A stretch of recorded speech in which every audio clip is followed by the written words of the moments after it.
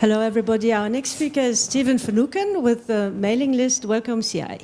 Please give him a warm welcome.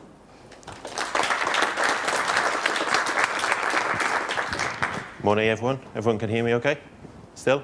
Perfect. So I'm Steven Finucane, a developer from Ireland working on OpenStack predominantly. I worked on Open vSwitch previously, my last employer, Intel. And when I was working on Open vSwitch, we saw kind of a pretty common problem with some of the work that we were planning on doing. So when we were in Intel, Intel has this DPDK data path as part of Open vSwitch. And the DPDK data path isn't really it's not the main way of using Open vSwitch. So Intel has a lot of focus on it, and it's a lot of use in telco and NFV applications. But because it wasn't the main data path in there, we saw a lot of problems where people were submitting patches to upstream Open vSwitch, and those patches were killing functionality with the DPDK data path. And this is a pretty common problem with free open source projects. Open source projects really like using mailing lists. The Linux kernel is based on a mailing list. Patchwork itself, which I'm going to talk about in a minute, is based on a mailing list. And in this case, Open vSwitch was based on a mailing list.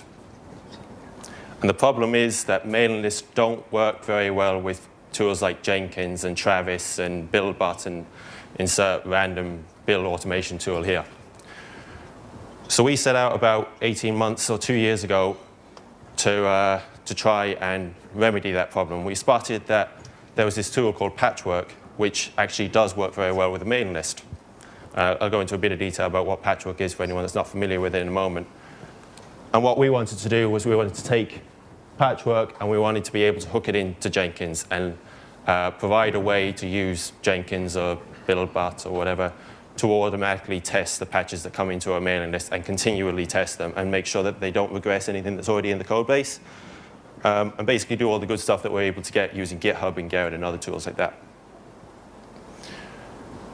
So Patchwork is this tool that takes a mailing list and puts it into a nice, pretty web UI that lets you do a couple of cool things with that mailing list, with patches on that mailing list. So you can do stuff, you can track reviewers or delegates in Patchwork terminology. You can bundle patches up and download the mbox files of an entire series of patches.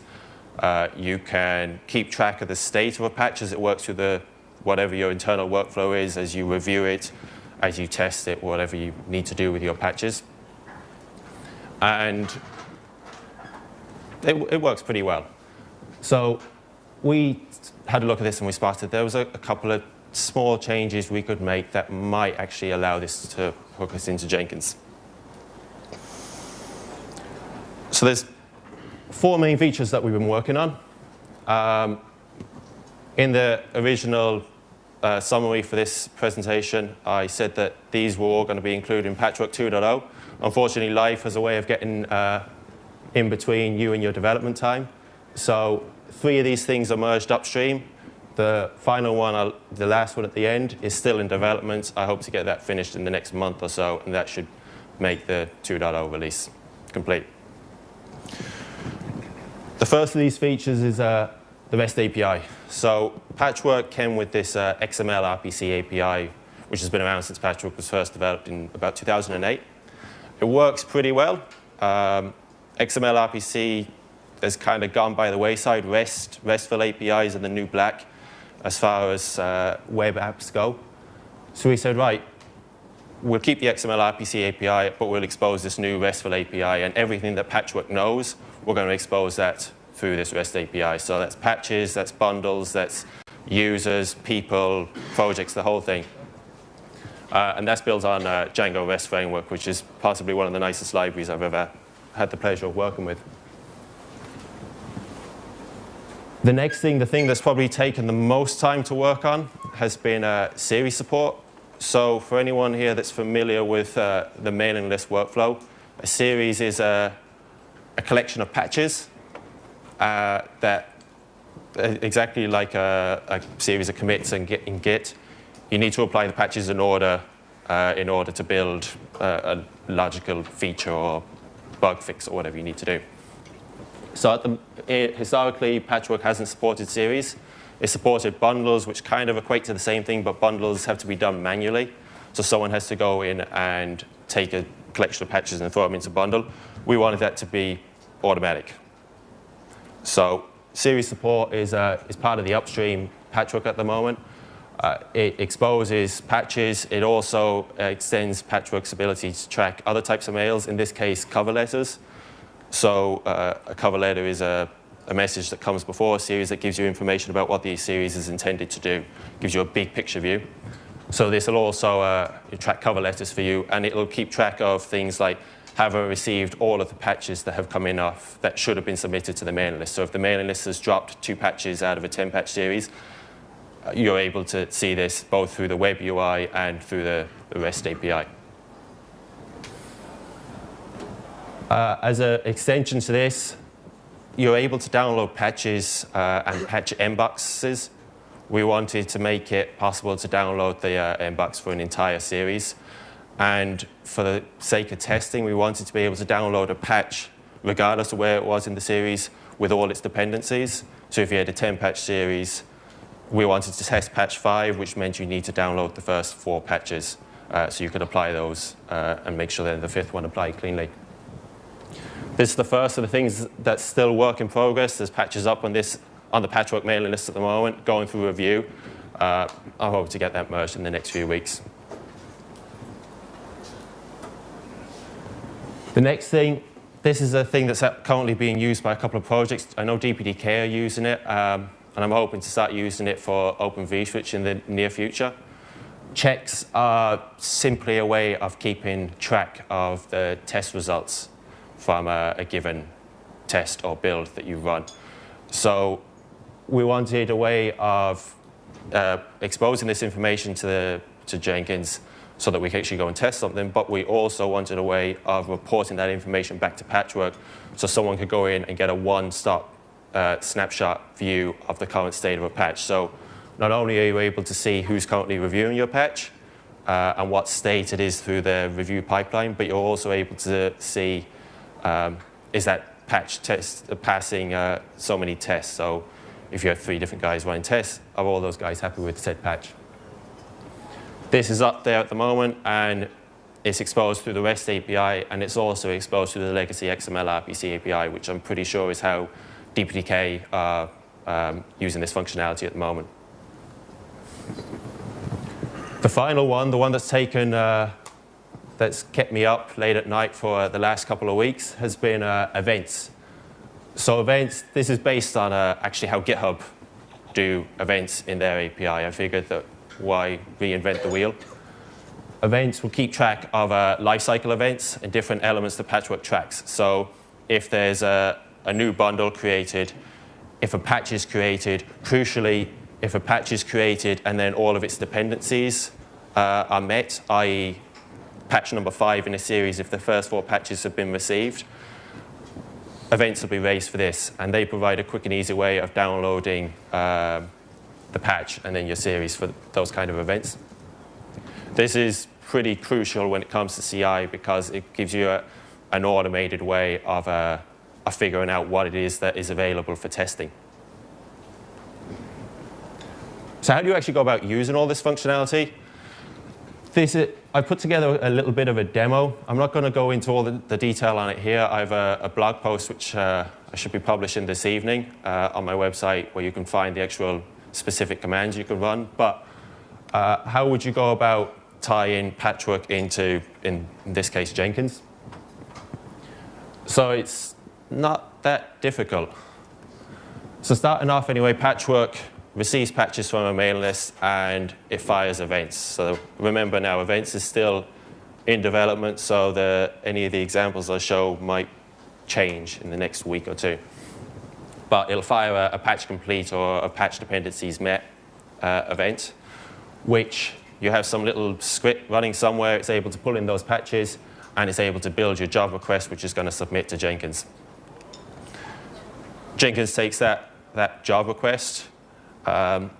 Important step here, it submits a check back to Patchwork saying, in the pending state, saying that I'm about to kick off a test. The test is in the pending state, which provides users with visibility about whether their CI system is running, and then what kind of CI or what kind of tests are actually expected to run against that patch. Jenkins, in this case, pulls in the patch, runs all of its tests, and gets its end result, whether that's a success or a failure or a warning. And then it pushes that result straight back up to Patchwork. That information then is visible for users. You provide a URL where they can go and get more information. So if you have build artifacts, provide a URL where users can find all those build artifacts, give a brief description, and of course the actual test status. So I'm aware of there's a couple of tools that are already using variants of that API. Snowpatch is one that I'm aware of. The demo that I built used plain old bash scripts because they were nice and hacky, and I was able to do it in a couple of hours. But hopefully we'd build upon that in time. How we're actually planning on building upon that, the first thing is to merge all of the patches that are currently sitting in the mailing list. So finish events, finish the ability to download series mboxes, and document everything to the eyeballs if we can. In addition, there isn't really any reason in that workflow to keep a script around. It's possible for Jenkins to actually do this itself by way of a Jenkins plugin or something similar. And there's also no reason to actually use Jenkins. I use that because it was the lowest common denominator, but coming from OpenStack, Zool is pretty much like the bee's knees of testing automation tools. If I can find a way of hooking Zool into Patchwork, then that's something that I definitely like to do to bring in all the different advantages that Zool offers. So that's a very brief overview of the kind of stuff that's coming down the pipeline for Patchwork 2.0. The first place you're probably going to find this would be the OzLabs instance, which is it's used for Open vSwitch and a good few other Linux kernel projects. And I'm hoping to get the data plane development kit guys on board with this as well and get automated testing going there. More information available on the website and the Git repo, and of course on the mailing list is probably the best place to find all of this. So I've been Stephen Finucane. I'm happy to take any questions that anyone might have. Thanks for listening. Thank you, Stephen. So we have 2 minutes if there's any questions. Don't be shy.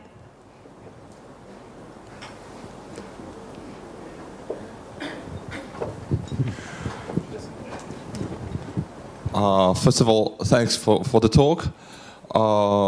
This is something I was thinking about for the last couple of weeks because I was going to write some sort of integration between Jenkins and Patchwork. And this helps to make this idea about this a bit more clear, because I was reading the documentation for Patchwork and some things were missing, and you basically described those things. I think I will contribute some patches for the documentation so that this bit is covered. The one question, are you planning to write a Jenkins plugin for this, or is it something that's...